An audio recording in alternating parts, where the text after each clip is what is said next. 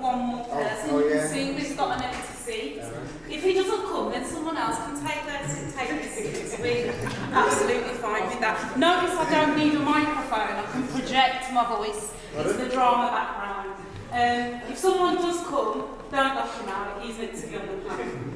Guys, when it comes, we'll all shame him because he should be saying I did tell him not to go. Okay, so first of all, welcome. How lovely is it for us all to be here? I think it's a really nice initiative and a beautiful event for us all to come together as a community. There's been a lot going on today. There's been workshops, there's been some music playing, but now it's time for us to get into a little bit of a conversation. Guys, look. Sorry.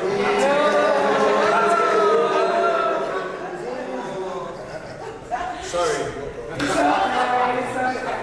Okay, right, so yeah, now it's time for us to get into a little bit of a conversation, and we want this to be a relaxed vibe. It's Friday, we've all had a busy week, and we want it to be chilled out, but as well as that, we want you guys to be involved in that conversation. So if at any point you want to say something, just pop your hand up and I'll come on over with a microphone and we can have that conversation. Okay? So you're probably all thinking, well, who are you and what do you do? Look at you, nothing, you're like that. Yeah, who are you? I will tell you. Okay, so my name's Sharlie. I am born and bred in the city of Wolverhampton. I work for the council. I've also worked for the voluntary sector. I've done a lot of things in the community, and it's all been for the benefit and the betterment of young people. So whether that's me doing drama activities with young people, or like now, I work with young people in the Youth Justice Service, but I particularly lead on something around disproportionality and diversity, because that's really, really important to me, and it's important to me because of this.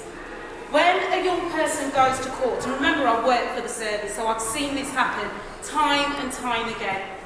When a young black boy or a young black girl or dual heritage go to court to get a sentence for a similar crime, their sentence has been a lot harsher.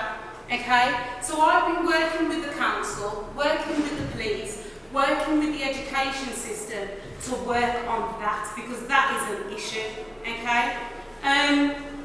As well as doing that stuff, you know, the 9 to 5 things that pay the bills, I like to also do a little bit of radio. I do some writing. I've written a few articles. If you want my numbers to go up and have a read of those, that would be fantastic. And I like to do creative things, and that's the way I connect with young people in the city of Wolverhampton. Now we've got a wonderful panel here, and at some point, somewhere, I have connected with each and every one here, right? And that's because of the work that they've done in the community. So, are you all happy and content with the fact that you know who I am? Are we good? Okay, so I think it's time for us to meet the panel. So if we start at the far end and work our way down, could you please introduce yourself? Good evening, everyone. My name is Hemans, and I am born and bred in Wolverhampton. I'm the best footballer that Wolves never had.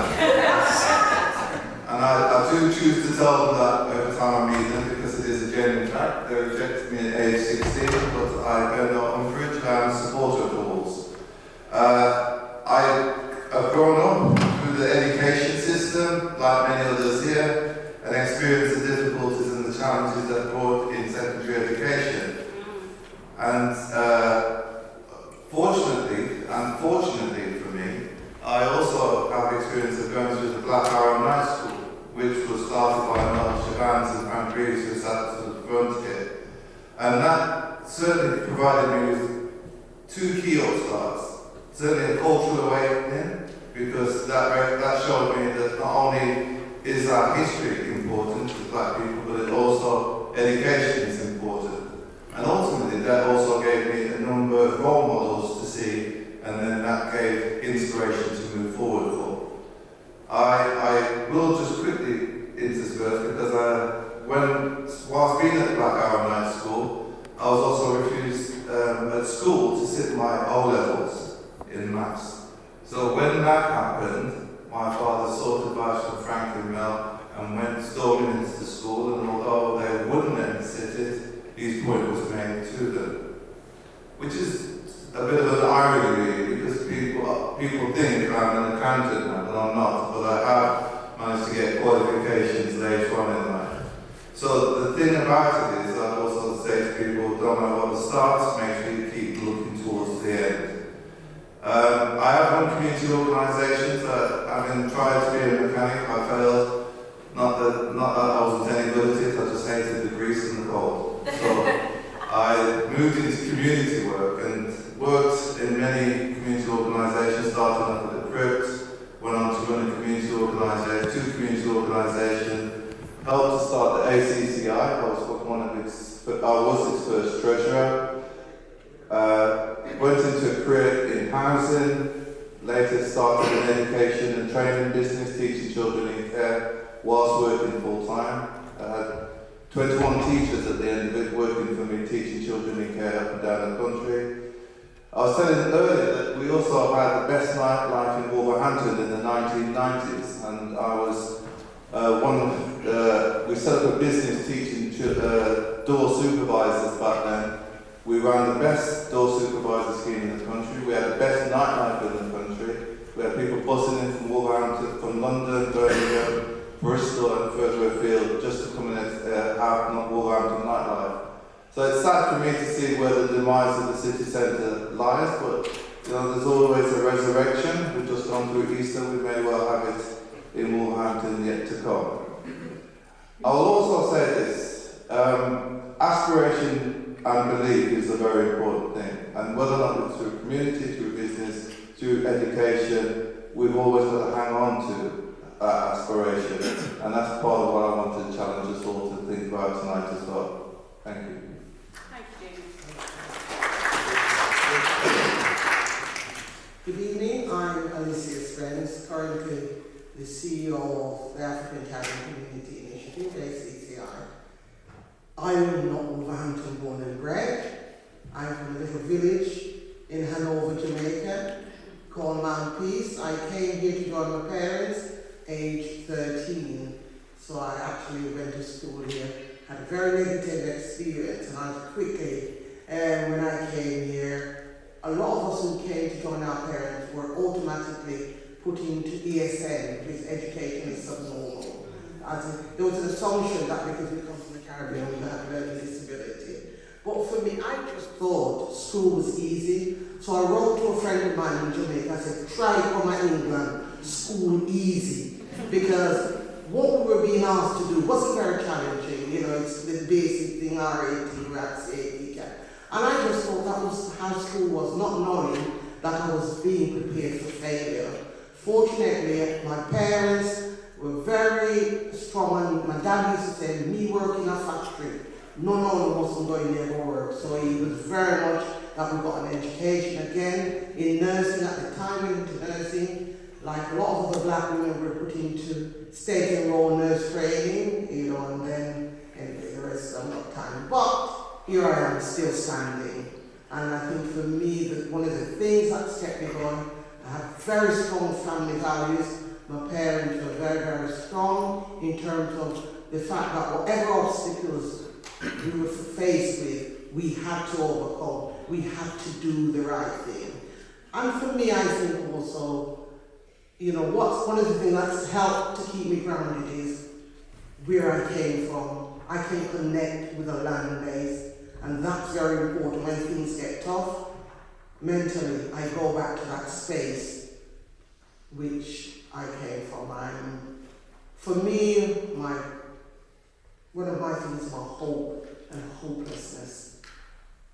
Because, when people lose hope and despair sets in, then that's a tragedy, and I think a lot of what we're seeing around is it. So for me, wherever I can, come into contact with young people, if I can just help to give them some hope, that however bad things are, it can get better.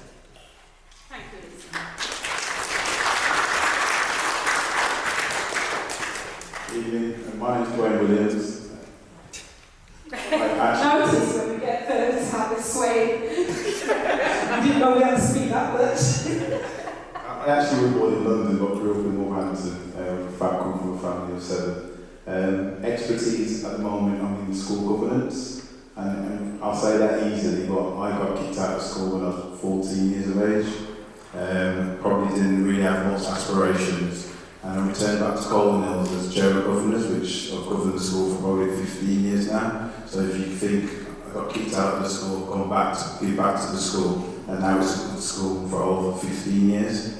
And why I say that is, for me, I've always been a champion of change. I come from a family where we kind of champion improving lives, and sometimes in our lives, it's probably, for me anyway, and my brother sitting next to me, we didn't really have the perfect life. And I could easily have ended up in a difficult place, but now I'm in a place where potentially we're inspiring the youth of Wolverhampton, and I think now when I look around, there was a sense of community when I was growing up, and if I look around us now, I think it's kind of, I think we've lost ourselves in a particular place, and I think if we can try and bring that together, whether it's in education, whether it's in the private sector, I think it will set us up in a good place. But yeah, so I'm school governance, and I work for BT as a sales manager as well, so I'm a natural salesperson. And I'll pass it on to my brother, Darren. Hi, my name is Darren Taylor, the last one to walk through on the panel, my apologies. Jack of all trades, master of none. I'm joking. Yeah, my expertise are youth work, community work. I've worked for a number of youth organisations in regards to gang stuff, employability, training, education. I'm currently in education at the moment. I'm in the process of setting my own CIC company to deliver mentoring across Wolverhampton with lived experience mentors. But yeah, echoing what my brother says, really, grew up in Wolverhampton. I was born here, Newcastle Hospital. But yeah, I've grown up in Wolverhampton. I've seen the changes, I've seen the shifts within the communities. It isn't good to see, but at the same time, there's still time and there's still hope. So hopefully, these kind of discussions can help change in a better direction. Thanks, Darren.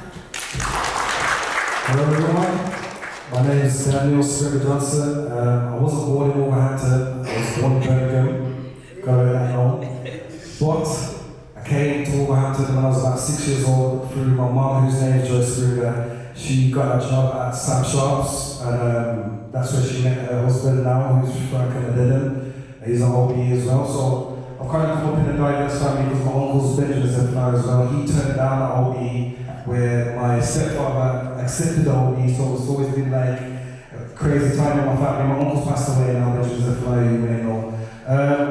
I started DJing at 13 years old, and I'm 43 now, so I've been DJing over 30 years. So I've seen the change in my life. I've helped mentor quite a few different DJs who you see now about. I've worked in schools, I've been a youth worker, I've done quite a few different things. I think I'm quite influential in a positive way, so that's me. Yeah. Thank you. Hello everyone, I'm Simone Stewart. I'm Wolves, born and bred. And I think for people that know me and have known me since I was young, they would always say Simone's always been passionate about working in media, working in sport. And my day job is I work at ITV Sport as a producer, but actually my passions are Wolverhampton, it's community, it's my people. That's really what I'm most passionate about. I'm also storytelling. I also am a cultural ambassador for the Brown Theatre. I also used to be a school governor, and I went to the same school as Duane, where he is the chair of governors. And even though I work currently in London, and I do commute back and forth, I always champion the city, and I always have. So wherever I am, I'm always trying to back Wolverhampton. I'm so passionate about the city, whether people say good things or bad things, and I'm really passionate about helping people and the next generation, whether they want to get into media or whatever career path that they want to do. I just feel like this city has so much to offer, and back in the day, obviously, it used to be much more of a thriving place to be, and I just really want us to get back to that. Thank you. My name Milton Hills. Yeah. Alumni. I'm the first one, was one of the first ones. Wow. Okay. And also from Colton Hills, taking that instruction to photography, which is predominantly my background now, artistry. And then I was commissioned by, I did part-time back at Boston College teaching O-level photography, and I used that money to buy more equipment, lighting, and cameras. But what was quite interesting was that a lot of artists were spending a lot of time documenting communities but not giving back to the communities. So we decided to do a project where we're actually training people to actually photography to photograph themselves, produce a diary, kind of photography, video, poems, painting, and that became quite an inspiration when we looked at more of a holistic aspect of how art can actually impact individuals in terms of mental health and economic development. The idea is that you're constantly giving back without even thinking about it, and I think that's what a lot of institutions government institutions have sort of made on is think of parachuting people in to develop projects, and then when those projects finish, what happens to the communities at the end of the day? It's more than sustainability, it's about mental health as well, because you build individuals up. So I spent what was quite interesting, I spent 6 months in Grimsford Prison doing a video and photography project there. And at the end of the project, guys came back to me and said, you spent 6 months with us and it seemed like 2 or 3 weeks. Yeah? They've learned, not just learned so much, is that their minds are engaged in something completely different from the 4 walls that they're trapped within. So from those particular ideas, we developed a company called CBC on Heath Town. We took over our maintenance with the local authority, and I think one of my subjects over there is we took over a maintenance and we converted it to a media centre. We spoke with Apple, which were giving away a computer at the time, Apple II, Apple III, with Photoshop 1.1, very basic editing, and we produced a small documentary on Heath Town Apartment House Estate. And we did a whole series of stores until we were actually generating income. We actually then took over the Springfield Brewery, and we brought in Avid Symphony, and we brought in professional people from the BBC and from commercial filmmaking, and also we brought in individuals from France, Germany, Italy, Norway. We worked with One.TV that went on to do indents for Channel 4 and BBC. And from that perspective is that we were engaging with young people. We were actually teaching them photography. Kids who were in Leeds not attending school, they were then taking the photograph, the techniques of photography and the science of photography, but also writing their own CVs and doing walk-on parts for Coronation Street, East Evidence, Brookside. And it was so interesting when they came back and people from the acting profession were actually mentoring indirectly that there is a bigger world outside Wolverhampton, not on the housing estates. When the project was closed down by the from the local council, we thought, well, where do we go now? And my business partner got a job at Kingston University. They wanted a film department that was completely different from traditional film school departments where you just concentrate on films. So we linked our filmmaking and our photography with the humanities, criminology, psychology, business studies. So it gives the students something to talk about just beyond film when they went for an interview. So they have more of an outlook perspective of what is actually happening in the real world. So we call that course we specifically market that film with filmmaking as small F and small N. Okay? So it's not hierarchical. We don't believe in the idea of producers, cinematographers, directors, costumes. Everybody has an input in the projects they produce. And now that from doing that particular project, I've been invited to work with the National Trust in witting manner and developing an outreach project which has become really highly successful for the last 15, 20 years. It's not going to be perfect, but the conversations is going to be made. And now I'm working with the Arts Council, with Creative Black Country, and a program called Creative People, Creative Places, where we actually encourage our communities to engage with arts, economic development, social connection and well-being. Wonderful, thank you very much. So now you know your panel, okay? I'm going to get into it, and like I said, this is an open space, and if anybody has any questions or they've just got a comment or an opinion that they would like to share, just pop your hand up and I'll come on over to you, okay? I don't know how many of you here, I know our panel have watched the documentary. I'm pretty sure it was playing in the art gallery, am I right, Simon? Yeah, it was playing downstairs. So just by show of hands, and you're not going to get in trouble, it's, but just by show of hands, who's managed to watch the documentary that was showing downstairs, and it's called Labours of Love? Yeah? Wonderful, wonderful. Okay, if you haven't watched it, I urge you to watch that documentary. I watched that documentary. It's about 45 minutes long, but it's very much a documentary that you should watch, whether you're from Wolverhampton or not. And that documentary actually features Sheffield, I believe. Was it Sheffield?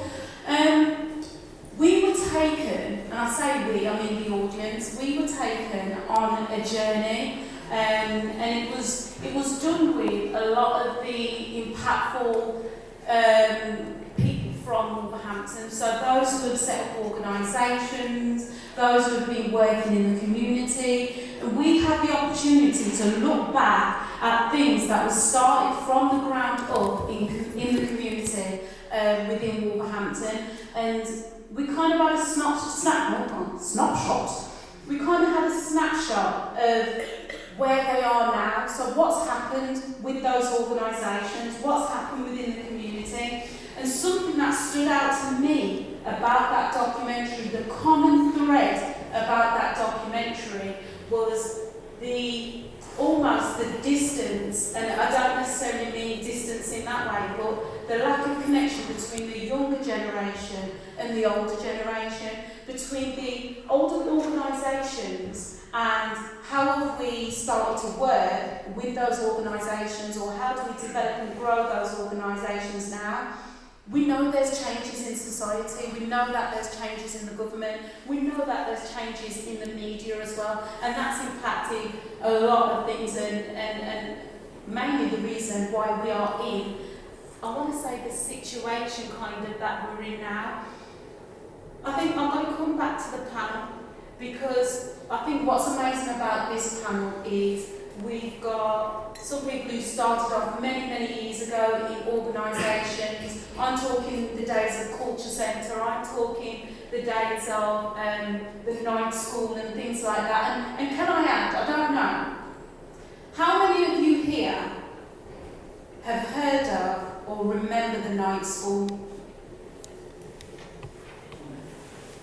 Right? And that's why we're here to have this conversation. I'm not sure, again, how many of you are from Wolverhampton, but there were things happening in Wolverhampton many years ago that when I first walked into the art gallery today, I knew about night school because I had watched the documentary, and only because I had watched the documentary, right? So I was almost certain, having coming from the education sector, having worked in schools, having working with the justice system now, that if the night school was still running, then I would know about it. So it's definitely not running. So I spoke to Junior, who said, no, the night school is running. So we're going to be talking about community, about young people, about education, and about that connection here this evening. And we're going to try and do it in half an hour. Okay? Okay, so we're going to go back to the panel. Right, so the majority of you either were born in Wolverhampton or have spent a lot of time community-wise in Wolverhampton. And I think we'll just keep going this way down. I just want you to tell me a then and now in Wolverhampton.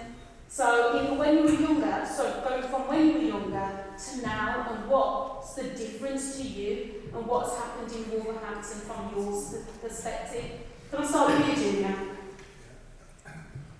Yeah, from my perspective, there was unification around several things.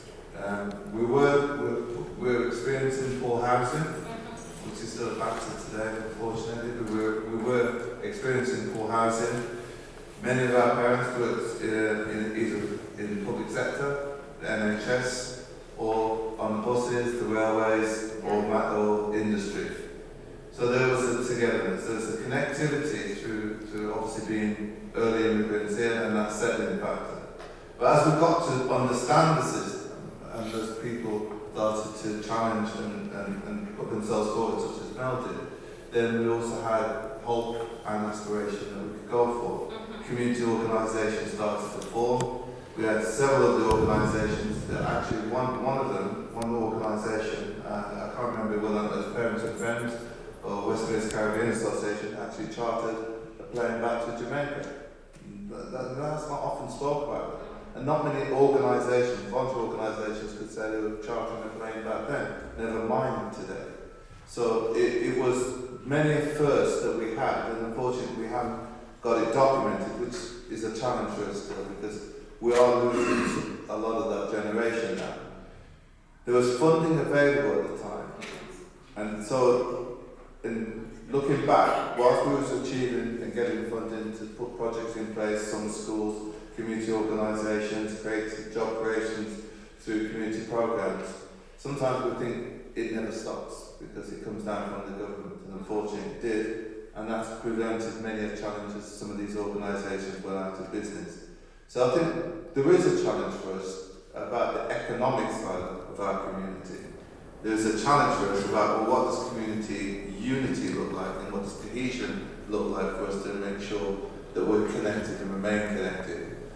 Whether or not it's digital, whether or not it's through word of mouth, that personal factor is always so important for me.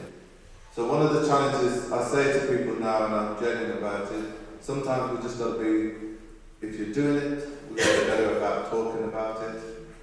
There is the Steve Rico Night School, which is different from the Black Hour Night School, but it's still a night school for the black community. Saturday school, sorry. And what's important there is that it provides a connection, because I've been one of the speakers there, and I'd urge others to do so, for the young people coming up who are in that school. If you can connect with them, or just be someone that shares the journey, you don't know what that stimulates in others. What age range is that for the night school? It's not night, it's Saturday. Saturday day school, sorry, yeah. 5 upwards. Okay. Is it going up to 16 as well? Yeah. Again, and something that you mentioned is how.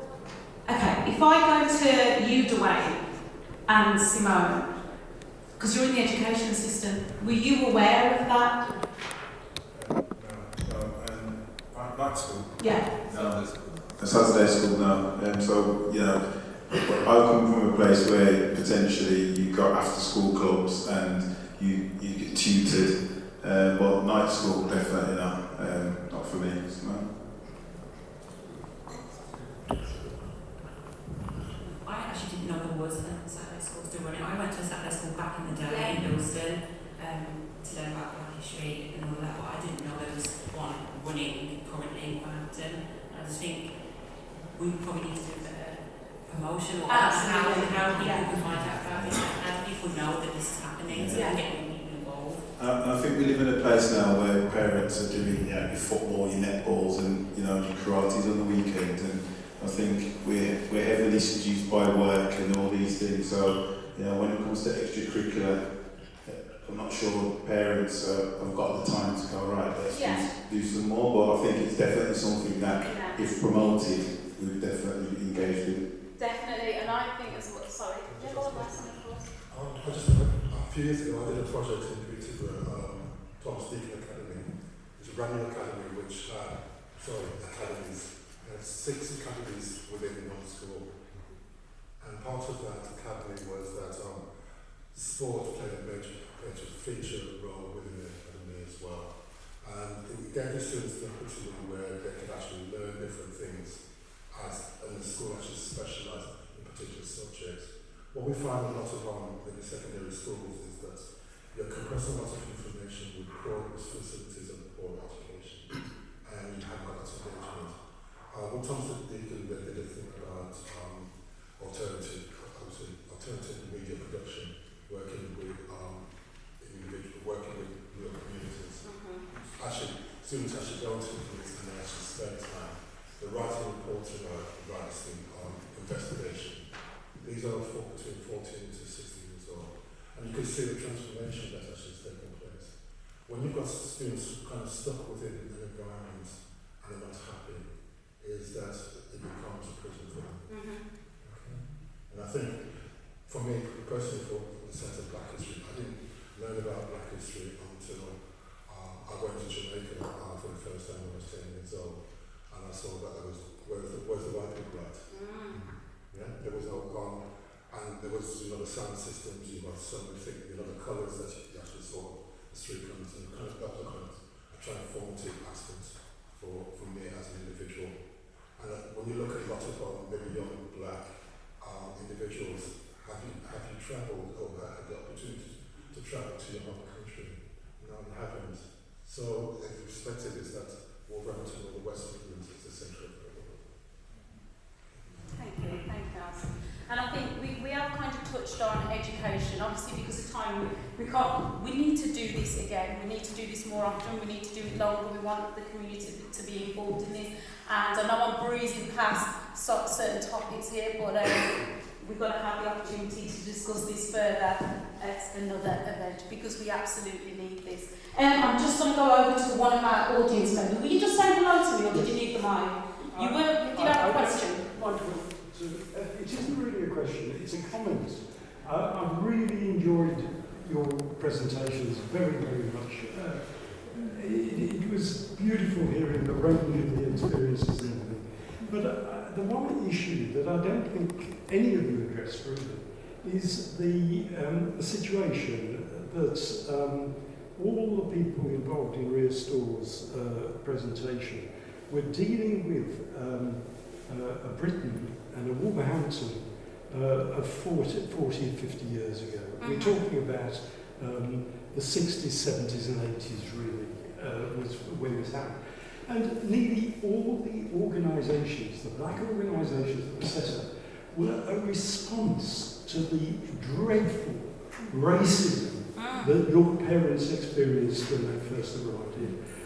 For example, the night school was set up because the schools were incapable of educating Black children. They were incapable. And if you were around at the time, you'd have known that the teachers didn't think you could succeed. And every initiative you took would just be ignored and neglected. That's one of the reasons for the night school.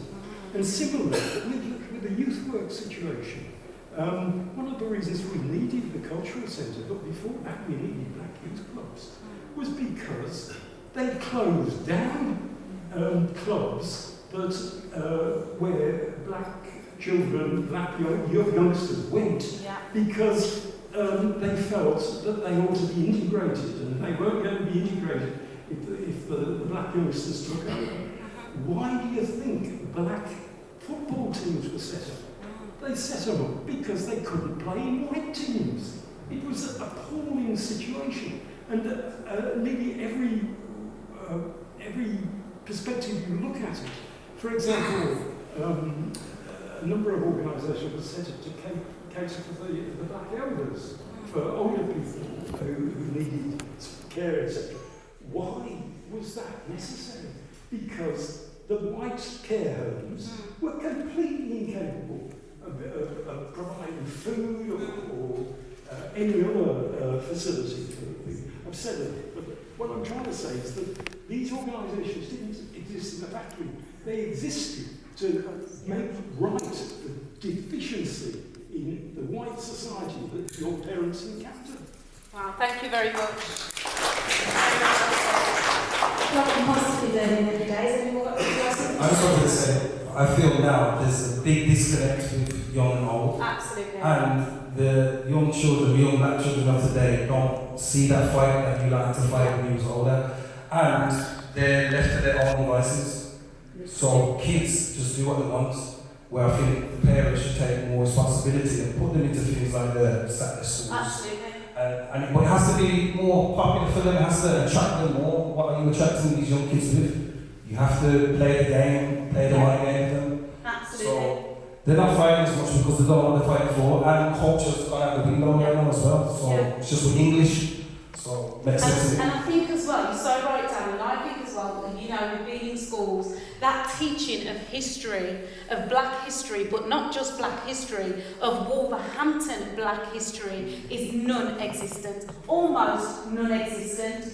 And I love the fact that we touched on the night school, which is now the Saturday school, which we still have the disproportionality, we still have kids going to school and being excluded, majority black kids. I've seen the real statistics at Wolverhampton Council, and they're sent to pupil referral units, and they haven't got the same opportunity as other students. So we know that there's still space, there is still a gap where all these things need to come together. Do you want to go? Yeah, sure. I mean, I think we probably need to celebrate what's come before us, because I think sometimes it's forgotten when you don't Google it or watch a video. It's often forgotten, but we have to be relative as well. What are we doing now that has the same intensity and purpose of what you had 50 years ago? Absolutely. And how can we make it relative to the youth of today? Yeah. And those are the things that we're missing at the moment. But I think there's a lot that we could learn from what was before us, but we need to make it relative now and continue the fight that we had years ago. And I think that you're so right, I think it's about how can we put something together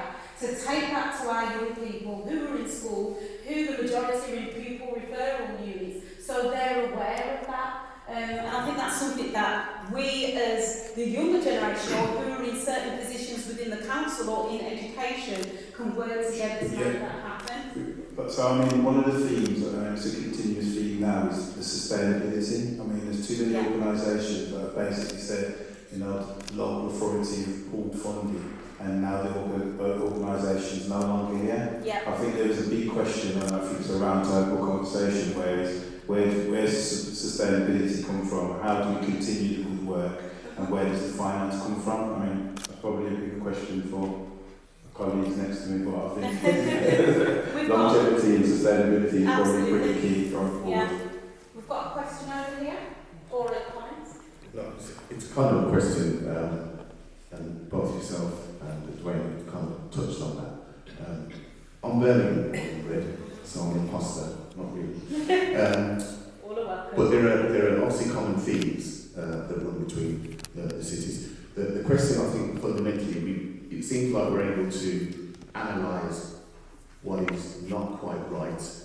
My question is, if we've got that ability to do so, what's the answer, or what is the puzzle to put it together so that the mistakes that we have made, right, aren't repeated?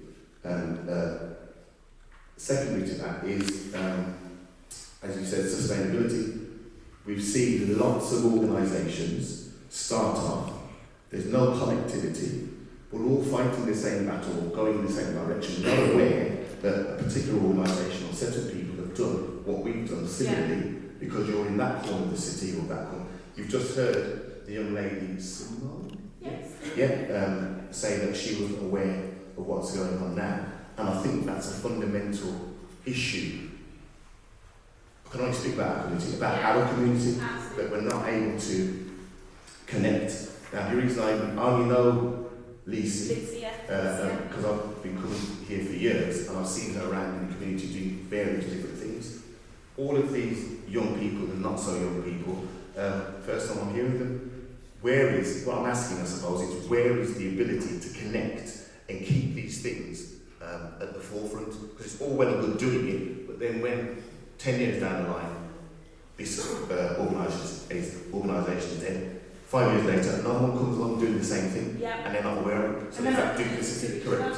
Absolutely. I don't know if someone wants to take that over there. I've got another question over here, but just in relation to what you said, one of the common threads in the documentary was that we've got young people who are setting up organisations in the community, but are they connecting with the organisations that were there before? How can we now work together and move forward? And that's something that was a common thread through the documentary as well. And Can I say something? I think in regards to what you've said, I think it goes back to, Sharlie asked the question in regards to where we was going up to where we are currently. And I think the difference is, when I was growing up as a kid, there was probably a handful of places I could go in regards to my community. Culture centre was one of the main places.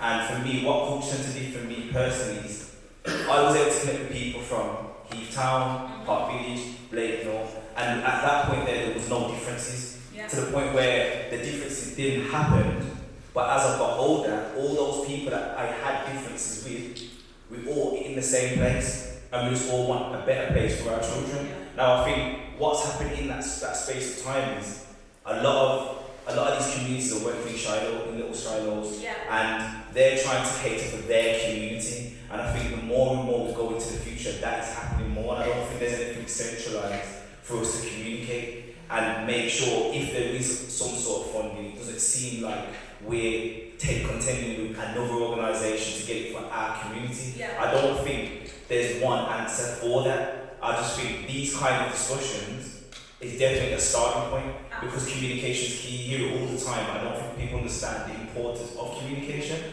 because sometimes you can work in partnership with another organisation or with another area of the city and not step on their toes. Do you know what I mean? So I don't think there's one direct answer through, but I think this conversation is the start of something. Absolutely. And also having those people who are making those decisions in the room as well. Yeah, for sure. We